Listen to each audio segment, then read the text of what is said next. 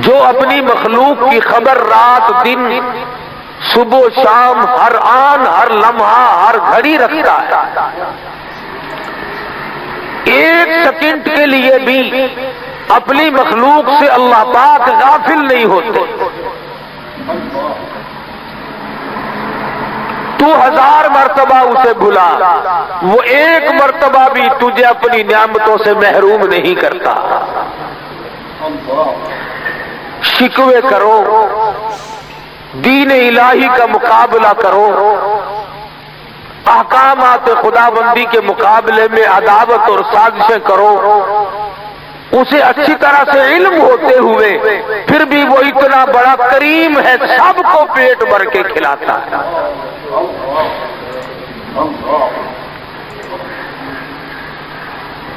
اللہ سبحانہ و تعالی نے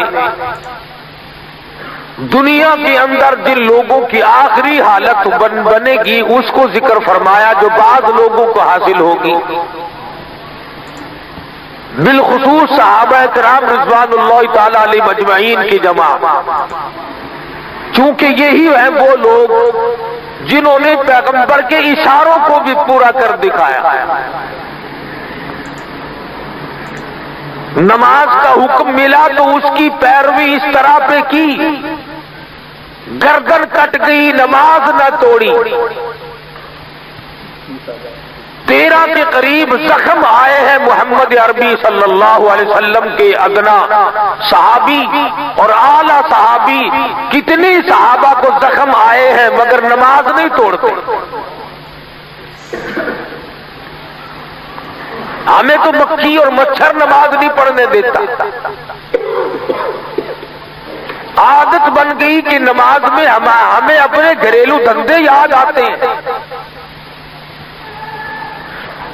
بخلاف صحابہ کرام وہ نماز کچھ اور طرح کی پڑھتے تھے۔ امیر المومنین خلیفۃ المسلمین سیدنا علی مرتضی رضی اللہ تعالیٰ عنہ وضو فرماتے ہیں، دیکھنے والا کہتا ہے جیسے جیسے وضو فرماتے گئے رنگ پیلا پڑتا چلا گیا، رنگ زرد ہوتا چلا گیا، نماز کے لیے کھڑا ہونے لگے تو اور گھبرا گئے۔ کسی نے پوچھا کیا بات ہے؟ فرمانے لگے جانتے نہیں ہو احکم الحاکمین کے دربار میں کھڑا ہونے لگا ہوں۔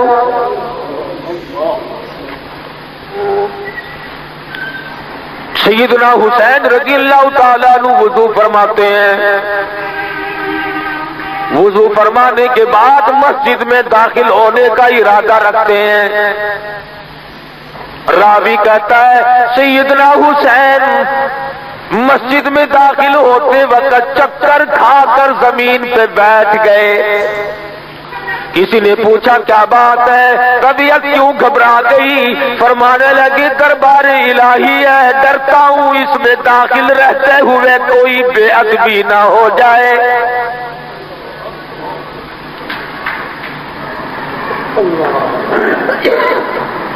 کس طرح کی نماز پڑھتے تھے یہ لوگ؟ امام زین العابدین رحمہ اللہ تعالی علیہ ہیں، رات دن میں فرض نمازوں کے علاوہ 24 گھنٹے میں 1000 رکعت نفل پڑھنے کا معمول ہے۔ رات کا وقت ہے، ٹھنڈی ہوا چل رہی ہے، اللہ والے نے دروازہ بند کر کے انگیٹھی میں کولے سلگا کر نماز کی نیت باندھ لی، اور نماز کی نیت باندھے اللہ کے قرآن کی تلاوت کی تلاوت شروع کر دی۔ سورہ کہف پڑھ رہے ہیں، کولا چٹخا سامان میں آگ لگی، چھت میں لگی، دروازے میں لگی، لوگوں نے شور مچایا حضرت دروازہ کھولو، حضرت دروازہ کھولو، دروازہ کوئی نہیں کھولتا، دروازہ توڑا اور یقین ہو چلا کہ امام زین العابدین جل کر شہید ہو گئے، لیکن لوگوں کی آنکھوں نے دیکھا امام زین العابدین اتنے ہنگامے کے بعد بھی بالکل اطمینان سے مصلی پہ کھڑے ہوئے نیت باندھے ہوئے اللہ کا قرآن پڑھ رہے ہیں۔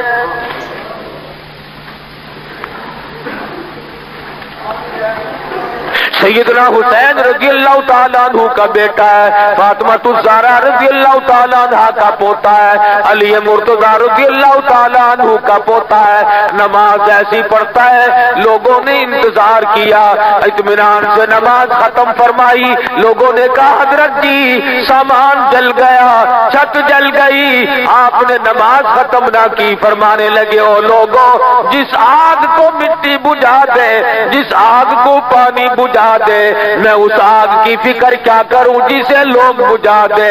میں اس آگ کی فکر میں لگا ہوا ہوں جسے عمل کے سوا اور کوئی شے بجھا نہ سکے گی۔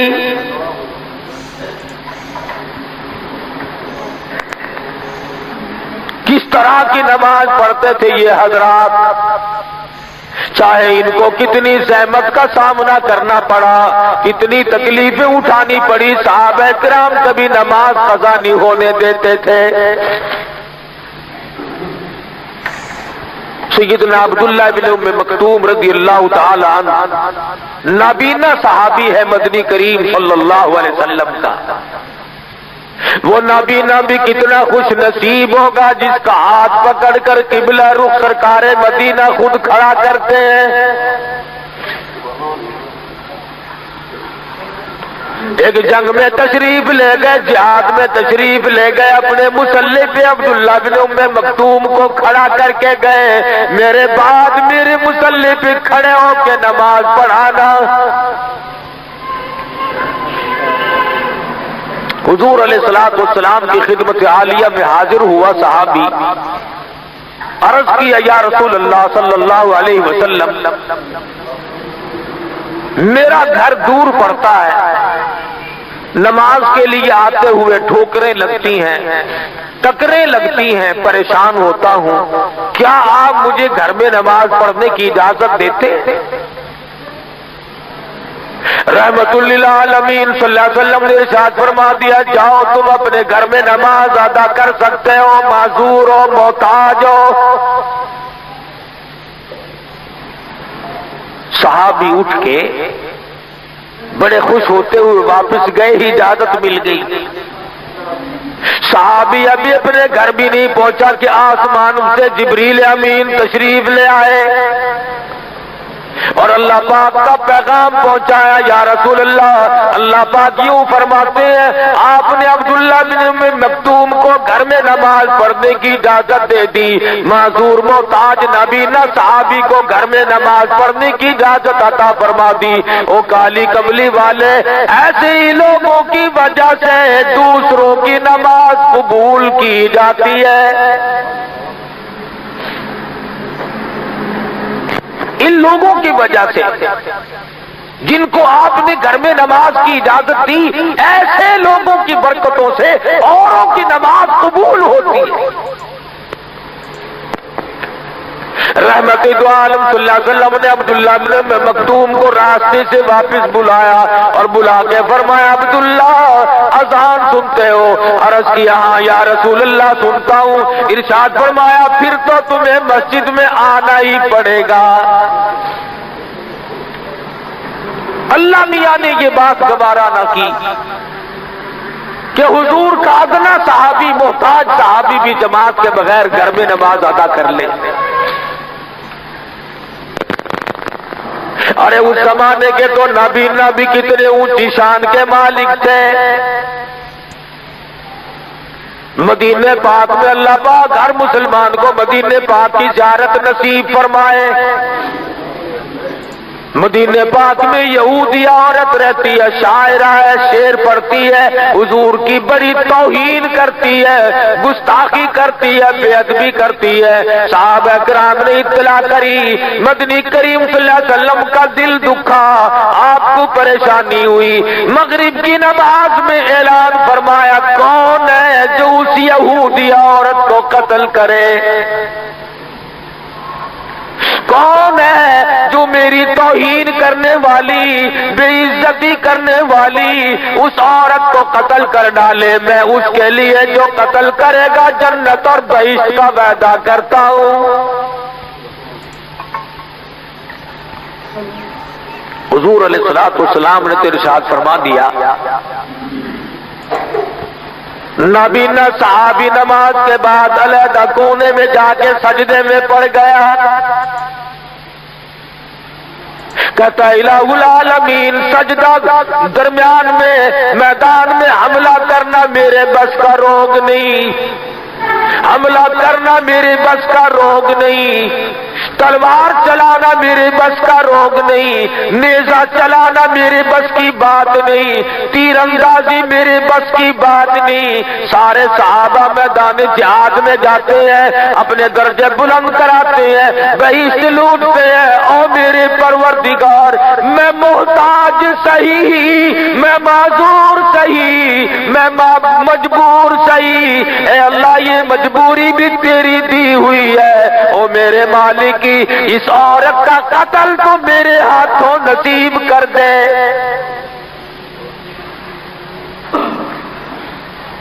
بتاؤ کس نے اس کے ذمے لگایا تھا؟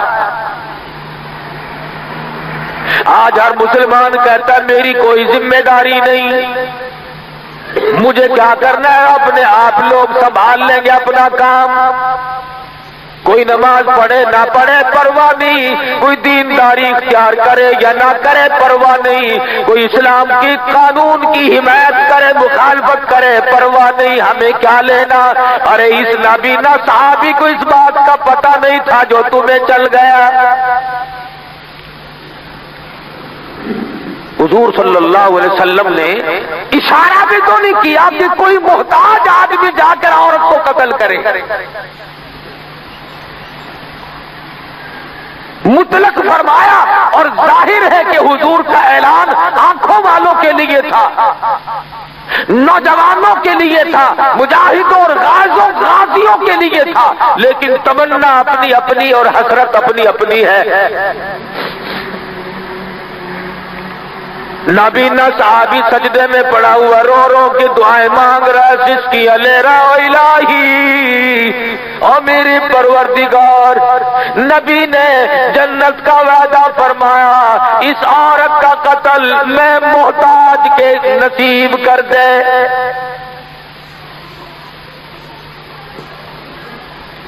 ایک معذور محتاج کو کتنا بڑا خیال ہے، پیغمبر خدا صلی اللہ علیہ وسلم کے ارشاد کا کتنی تابع داری کرتا ہے، جو کام ذمہ نہیں لگایا خود بخود لگ تیار ہے، اللہ پاک سے رو رو کے دعائیں مانگ رہا ہے۔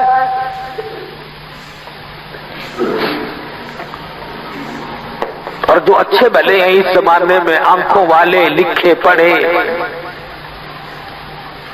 شرم نہیں آتی یوں کہتے ہوئے، اسلام اس زمانے میں کامیاب ہو ہی نہیں سکتا، اسلام اس زمانے میں چل ہی نہیں سکتا، قرآن چل ہی نہیں سکتا۔ اور مسلمانوں جس قرآن کا قانون اس زمانے میں نہیں چل سکتا، پھر میری بات سنو، اس قرآن کا ثواب اس زمانے میں تمہارے مردوں کو بھی نہیں پہنچ سکتا۔ قانون چلانے کے لیے یہ ناقص ہے، مردے بخشوانے کے لیے یہ کامل ہے۔ وسیلہ پیش کرتے مرنے کے بعد قرآن پکڑ کے بیٹھتے ہیں، میرے باپ دادا ضامن بنی، ساری عمر قرآن کو ضامن نہیں بنایا، ساری عمر قرآن کو گھر میں جگہ نہیں دی، دکان میں جگہ نہیں دی، منڈی میں جگہ نہیں دی، کاروبار میں جگہ نہیں دی، شکل میں جگہ نہیں دی، لباس میں اللہ کے قرآن کو کبھی جگہ نہیں دی، مرنے کے بعد کہتے ہیں یہ قرآن ہمارا ضامن بنے گا۔ لوگوں قرآن اتنا کملا کوئی نہیں،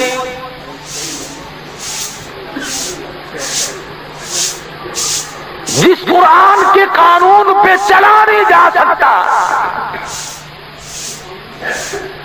اس کا مطلب تو یہ ہوا کہ اللہ کا قرآن زندوں کے لیے نہیں، بادشاہوں کے لیے نہیں، تاجروں کے لیے نہیں، مزدوروں کے لیے نہیں، اللہ کا قرآن مردوں کے لیے آیا ہے،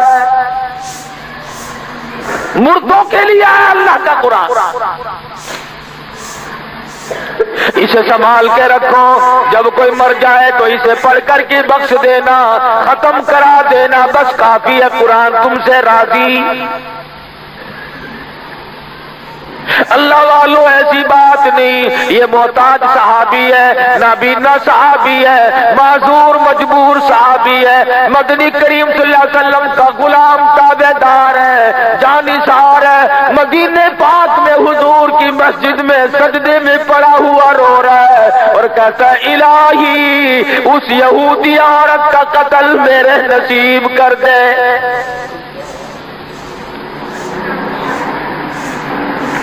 باقی صحابہ جو ہیں وہ تو ابھی سوچ ہی رہے تھے،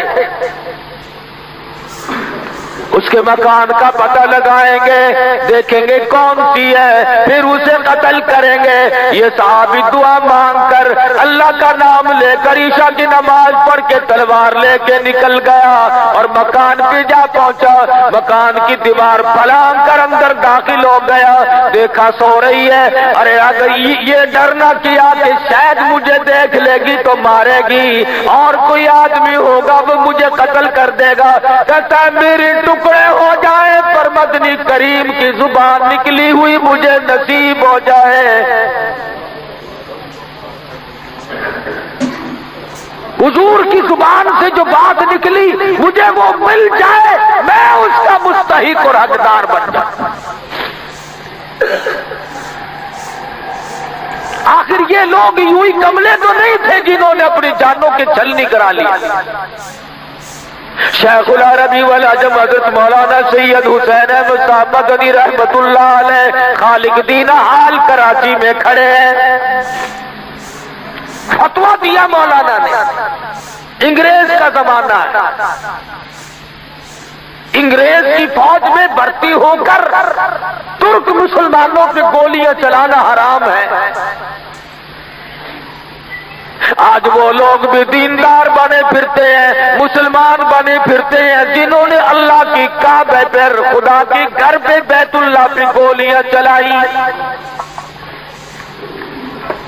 محبوب سبحانی علامہ شیخ عبد القادر جیلانی رحمت اللہ علیہ کے روضے پہ گولیاں چلائی۔ خانہ کعبہ کے غلاف کے اندر سے گولیاں گزری، مسلمانوں نے چلائی۔ اور آج وہ کہتے ہیں کہ دین کے سب سے بڑے ٹھیکیدار ہم ہیں۔ بیت اللہ میں گولیاں چلانے کے فتوے تم نے دیے، تمہیں کوئی گناہ نہیں، تمہارے بادشاہ کو گناہ ہوگا، انگریز کو گناہ ہوگا۔ تم 4-4 روپے 5-5 روپے تنخواہ لے کر اللہ کے گھر پہ گولیاں چلانی پڑے تو چلا دو، تعویذ ہم سے لے جانا۔ انگریز کی حمایت میں تعویذ دینے والے لوگ، انگریز کی حمایت میں کھڑے ہو کر کے ہاتھ پھیر کر کے رخصت کرنے والے لوگ مجاہد بنتے ہیں آج۔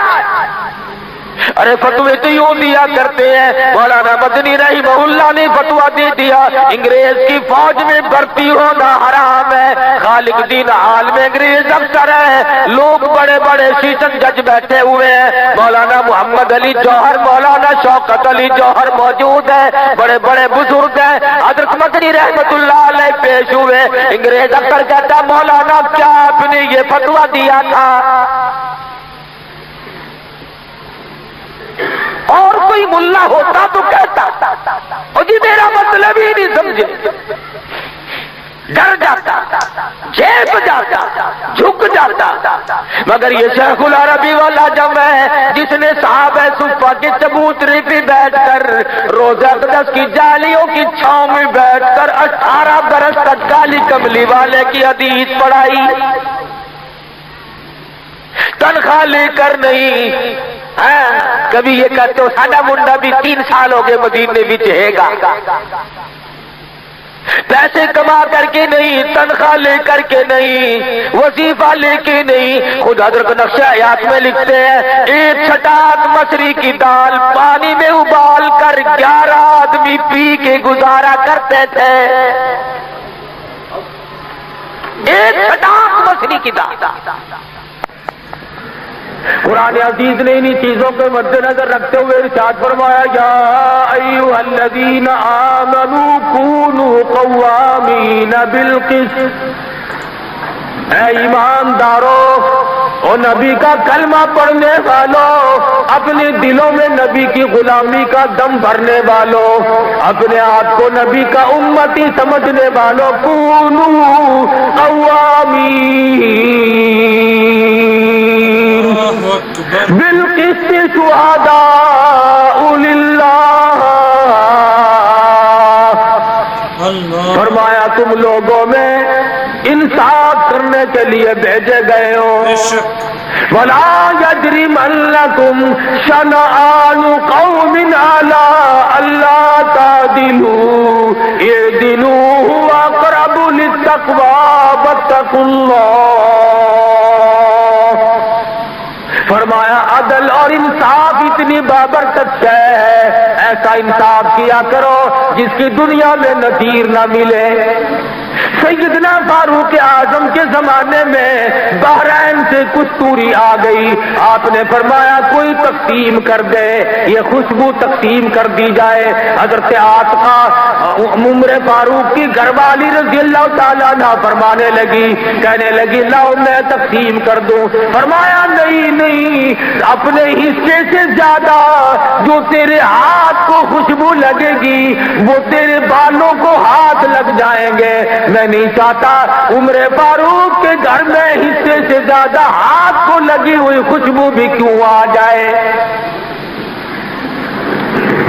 اعدلوا اقرب للتقوى واتقوا اللہ۔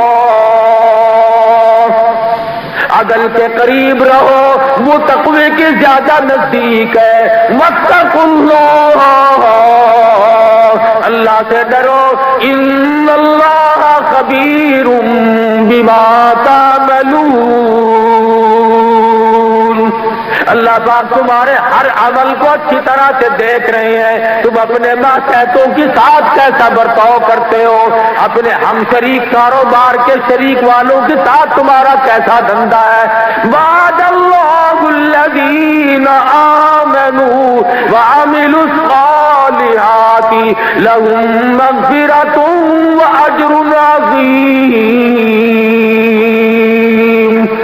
اللہ پاک فرماتے ہیں میں نے ایمانداروں سے، اچھے کام کرنے والوں سے یہ وعدہ کر رکھا ہے کہ میں ان کے اعمال کو، ان کے اجر کو بڑھاتا ہی چلا جاؤں گا، ان کے ثواب کو، ان کے اجر کو میں بڑھاؤں گا۔ اللہ پاک فرماتے ہیں میرا مومنوں سے وعدہ۔ مومن کون تھا؟ جو کلمہ لا الہ الا اللہ محمد الرسول اللہ صلی اللہ علیہ وسلم پڑھنے کے بعد اس کلمے والی زندگی بنانے کا بھی فکر رکھتا ہے، جس کو ہر وقت یہ فکر ہے شاید مرتے وقت میری زبان کی نوک پر کلمہ ہوگا یا گیت ہوگا یا گالی ہوگی، نہ معلوم کس حال میں میری موت آئے، ہر وقت یہ فکر دامن کی رہتا ہے۔ فرمایا والذین کفروا وکذبوا بآیاتنا فاولئک اصحاب الجحیم۔ وہ لوگ جنہوں نے میری آیتوں کا انکار کیا اور جنہوں نے جھٹلایا میری آیتوں کو، یہی لوگ ہیں جہنمی، یہی لوگ جہنم کا ایندھن بنے۔ تو منافقت ہے دین سے بغاوت۔ سعید بن جبیر رضی اللہ تعالی عنہ صحابی ہے، حجاج بن یوسف کا زمانہ، ظالم بادشاہ، ایسا ظالم کہ لوگوں کی کٹی ہوئی گردنیں صرف تڑپتی ہوئی دیکھنے کے لیے ہزاروں گردنیں کٹاتا، تماشا دیکھنے کے لیے۔ سعید بن جبیر کے دو جوان بیٹوں کے خلاف گورنمنٹ نے وارنٹ جاری کر دیے، وہ روپوش ہو گئے۔ چنانچہ ایک روز وہ اپنے گھر میں کھانا کھا رہے تھے، سرکار کے آدمی نے سعید بن جبیر سے پوچھا کہ تمہارے بیٹے کہاں ہیں؟ فرمایا گھر میں کھانا کھا رہے ہیں۔ چنانچہ پولیس نے آ کر کے گرفتار کر لیا اور حجاج کے دربار میں پیش کر دیا۔ حجاج بن یوسف نے سعید بن جبیر سے پوچھا یہ تمہارے کیا لگتے ہیں؟ صحابی فرمانے لگے دونوں نوجوان میرے بیٹے ہیں۔ حجاج بن یوسف کہنے لگا جب تم جانتے ہو کہ ان کو پکڑتی، ان کو گرفتار کرتے ہی میں قتل کرا دوں گا، تو باپ ہو کر تم نے کیسے بتلا دیا کہ بیٹے اندر کھانا کھا رہے ہیں؟ صحابی برجستہ نے فرمانے لگے او ظالم بادشاہ، میں نے دونوں چیزوں کا موازنہ کیا کہ میرے بیٹے آج ظالم سے بچ جائیں گے، آج مرنے سے بچ جائیں گے، کل موت آئے گی، پرسوں موت آئے گی، لیکن میں نے ان دونوں چیزوں کا موازنہ کیا، ایک طرف میرے دونوں بچوں کی سر اترنا قلم ہو جانا اور دوسری طرف جھوٹ بول کر کالی کملی والے کے دربار میں قیامت میں شرمندگی اٹھانا۔ حضور کے دربار میں اگر مجھے سرکار نے فرما دیا سعید بن جبیر اولاد کے پیچھے تم نے جھوٹ بول دیا تھا، میں اپنے محبوبہ کا کو کیا جواب دوں گا؟ میں نے قیامت کی ذلت سے بچنے کے لیے صحابی نے چھپایا، اللہ نے ظاہر کر دیا۔ نماز فجر کے بعد لوگ اٹھ کے جانے لگے، ارشاد فرمایا ٹھہر جاؤ میں تمہیں جنتی آدمی کی زیارت کراؤں گا۔ اللہ، یہ لفظ کسی پیر کے نہیں، کسی فقیر کے نہیں، کسی وزیر کے نہیں، کسی سرمایہ دار کے نہیں، کسی مولوی کے نہیں، امام الانبیاء محبوب کبریا حضرت محمد مصطفیٰ صلی اللہ تعالی علیہ وسلم نے فرمایا لوگوں جاؤ نا جنتی آدمی کو دیکھ کے جانا۔ اللہ اکبر، بے شک سارے صحابہ حیران ہیں کہ جنتی آدمی آج کون آیا، اور وہ صحابی کونے میں بیٹھا ہوا رو رہا ہے یا اللہ قبول کرنا تیرا کام ہے، میں جو کر سکتا تھا وہ کر گزرا، قبولیت فرما۔ رحمت للعالمین سید المرسلین حضرت محمد کریم صلی اللہ علیہ وسلم خود تشریف لائے، نابینا صحابی کا ہاتھ پکڑ کر لے جا کر بیچ میں کھڑا کر دیا۔ اور لوگوں جس نے جنتی آدمی کی دنیا میں زیارت کرنی ہو وہ آج اسے دیکھ لے۔ رو دیا صحابہ نے، ہائے ہم تو سن کر ہی سو گئے اور یہ کام کر گیا۔ اس نے تو نہ سوچا کہ میری معذوری ہے۔ صحابہ جنتی آدمی کی دیدار کر رہے ہیں، حیران بھی ہو رہے ہیں، یوں بھی سوچتے الہی یہ کس کے نصیب ہو گیا، میں سوچتا تھا میں کروں گا، کل دن میں دیکھوں گا، کل رات کو دیکھوں گا، یہ پہلی رات میں ہی کام پورا کر دیا۔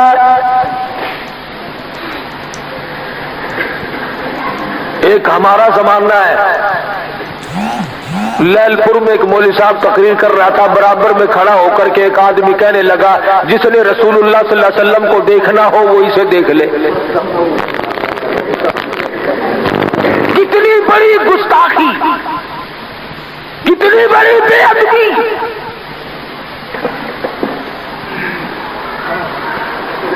آدم علیہ السلام سے لے کر عیسیٰ علیہ السلام تک کے سارے رسول، سارے نبی، سارے پیغمبر، سارے جان کے ولی، سارے قطب، سارے ابدال، سارے صحابہ تمام کے تمام ایک پلے میں رکھ دیے جائیں، آمنہ کے در یتیم کے مقابلے میں نہیں آ سکتے۔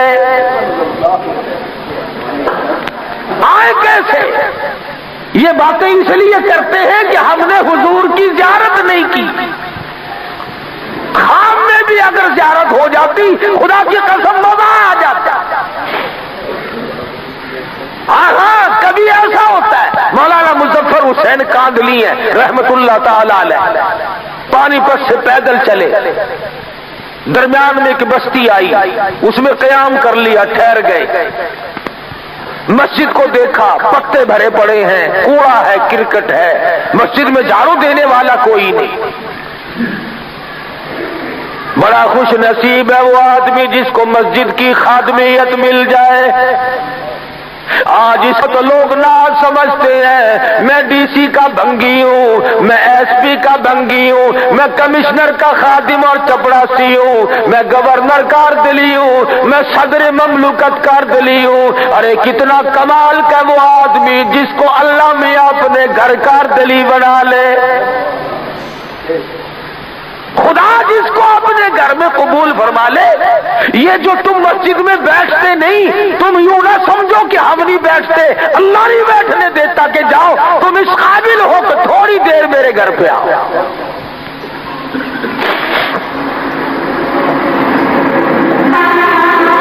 ورنہ کوئی وجہ نہیں۔ مولانا نے مسجد کی صفائی کی، اذان دی، دو چار آدمی نماز کے لیے آ گئے۔ ایک آدمی کہنے لگا مولانا میں کھانا لاؤں گا آپ جائیں نا، بغیر کہے۔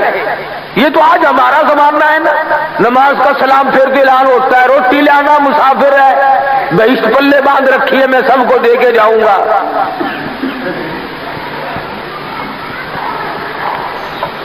دو ہی تو اعلان ہے ہمارے زمانے میں، یا سلام پھیر کے اعلان ہوگا کہ فلانی بھینس کھوئی گئی، بکری کھوئی گئی، واپس کر دینا۔ کہنے لگا مولانا میں کھانا لاؤں گا۔ 3 روٹیاں لا کے اس نے دی۔ مولانا فرماتے ہیں میں کھا کے عشاء کی نماز کے بعد سو گیا تو مجھے ایک رات میں 3 مرتبہ محمد عربی صلی اللہ علیہ وسلم کا دیدار نصیب ہوا۔ 3 مرتبہ حضور کی زیارت ہوئی صلی اللہ علیہ وسلم۔ اب بتاؤ ایسی جگہ کون چھوڑے؟ مولانا ٹھہر گئے وہی کہ بابا یہ تو مسجد ویسی پٹوں والی نظر آئی، یہاں تو اللہ کا کرم برس رہا ہے۔ اگلے دن بھی ٹھہر گئے، اگلی رات بھی وہی آدمی کہنے لگا کہ مولانا میں کھانا لاؤں گا۔ چنانچہ 2 روٹیاں لائے اور مولانا فرماتے ہیں کہ میں 2 روٹیاں کھا کر کے سو گیا تو مجھے حضور اکرم صلی اللہ علیہ وسلم کا 2 مرتبہ خواب میں دیدار نصیب ہوا۔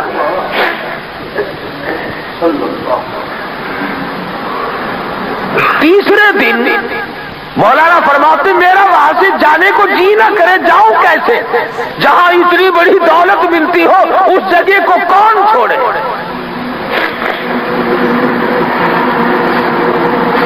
تیسرے دن وہی آدمی آیا اور کہنے 1 روٹی لایا اور کہنے لگا مولانا کل آپ یہاں تشریف نہ رکھے۔ مولانا فرماتے ہیں کہ 1 روٹی کھا کے جب میں سویا تو مجھے حضور کا 1 مرتبہ خواب میں دیدار نصیب ہوا صلی اللہ علیہ وسلم۔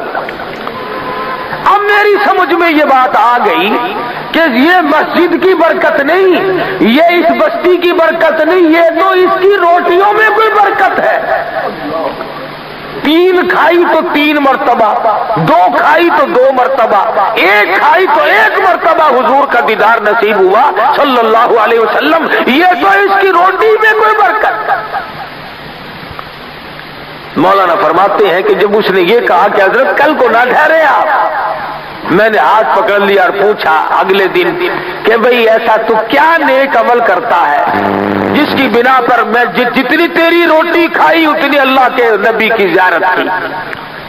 وہ کہنے لگا اللہ والے پرسوں جب آپ تشریف لائے میرا بھی اور میری بیوی کا بھی میرے بچے کا بھی 3 دن کا فاقہ تھا۔ میں مزدوری کر کے آیا، اتنا آٹا بنا تھا کہ 3 روٹیاں ہوئی۔ میں آپ کو دیکھ گیا، چہرے سے پتا چلا کوئی اللہ والا ہے، میں اپنی روٹی لے کے چلا۔ بیوی نے پوچھا کہاں چلے؟ میں نے کہا مسجد میں ایک اللہ والا مسافر ہے اس کو روٹی دینے چلا ہوں۔ کہنے لگی اللہ والے تجھے بہشت چاہیے تو مجھے بھی تو چاہیے، میں 4تھے دن کا بھی فاقہ کر لوں گی، میری بھی لے جا۔ اللہ اکبر اللہ۔ جب میں 2 روٹیاں لے کے چلا میرا بچہ ننھا سا پیچھے پیچھے دوڑا اور کہنے لگا ابا جان میں بھی تو اپنی روٹی اللہ والے کو دینے چلے آؤ، میرے نام کی بھی لے جاؤ۔ کہنے لگا آپ نے پوچھا ہے عالم دین ہو، جھوٹ نہیں بولنا، ہم نے تینوں نے فاقے پہ فاقہ کر لیا، اور جو دوسرا دن آیا تو بچے کی حالت بگڑ گئی تھی، اس کی روٹی اس کو دے دی، میں نے اور میری بیوی نے 5ویں دن بھی فاقہ کر لیا، پتے تھوڑے سے چبا لیے، کوئی مصیبت تو نہیں، خوشی سے چبا رہے ہیں۔ کیوں؟ اس لیے کہ اللہ کے دربار میں جو مسافر آ کر کے بیٹھا ہے اس کی خدمت کرنا یہ خداوند عالم کے رضامندی کا بہت بڑا سبب بنے گا۔ اور کہنے لگے تیسرے دن بیوی کی حالت خراب ہو گئی،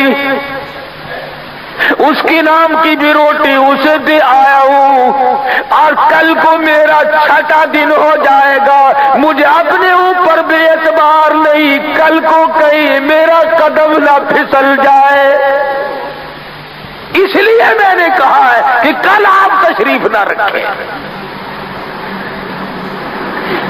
کہا یہ لوگ خام میں بھی نصیب نہیں،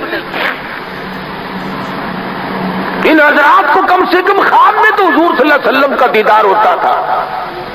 سلطان نور الدین زنگی رحمت اللہ علیہ بادشاہ ہے مصر کا، سعودی عرب اسی کے زیر نگی ہے، مکے مدینے میں اسی کی بادشاہت ہے۔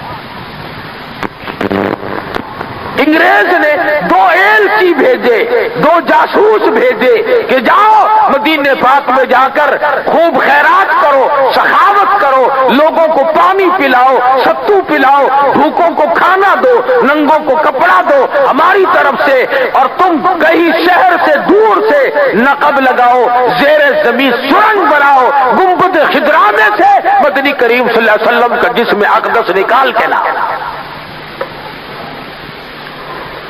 اس لیے کہ مسلمانوں کے پاس وہ برکت ہی نہ رہے۔ سرنگ بناتے جنت البقیع کے قریب مکان لے لیا، مٹی نکال کر قبروں پہ پھینک دیتے تھے اور پتھر رکھتے تھے سرنگ کے سوراخ پر۔ جب قریب پہنچ گیا سرنگ حضور صلی اللہ علیہ وسلم کے گنبد خضرا کے، سلطان نور الدین زنگی رحمت اللہ علیہ مصر میں سویا ہوا ہے، حضور اکرم صلی اللہ علیہ وسلم کا خواب میں دیدار ہوا، حضور نے فرمایا 2 شکلیں بھی دکھائی، اور نور الدین تو سویا ہوا ہے، مجھے یہ کتے ستا رہے ہیں۔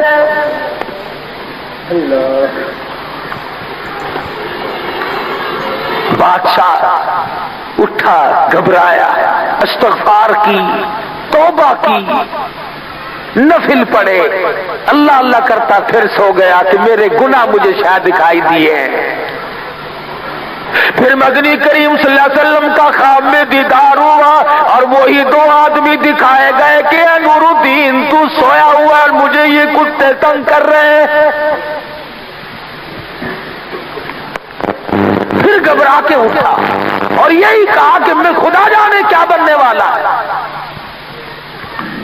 پھر ذرا لیٹا کہ آنکھ لگ جائے، تیسری مرتبہ پھر امام الانبیاء محبوب کبریا حضرت محمد مصطفیٰ صلی اللہ تعالی علیہ وسلم کا خواب میں دیدار ہوا، زیارت ہوئی، اور فرمایا نور الدین اور غافل کیوں سو رہا ہے، مجھے یہ ستا رہے ہیں۔ وزراء کو طلب کیا، مشورہ کیا، سب نے مشورہ دیا کہ جلدی مدینے پاک چلو۔ تمام مدینے پہنچے، اللہ ہر مسلمان کو مدینے پہنچائے۔ مدینے کا جانا بھی باعث رحمت ہے، اور لوگوں مدینے میں مر جانا بھی بڑے کام کی بات ہے۔ مدنی کریم کا قیامت تک پڑوسی بن جائے، محمد کریم صلی اللہ علیہ وسلم کے سوئے ہوئے 10,000 جرنیلوں کا، حضور کی ازواج مطہرات کا، ہماری ماؤں کا، اور حضور صلی اللہ علیہ وسلم کی بیٹیوں کا پڑوسی بن جائے، اور کیا چاہیے۔ بادشاہ مدینے میں آیا، خیرات کی،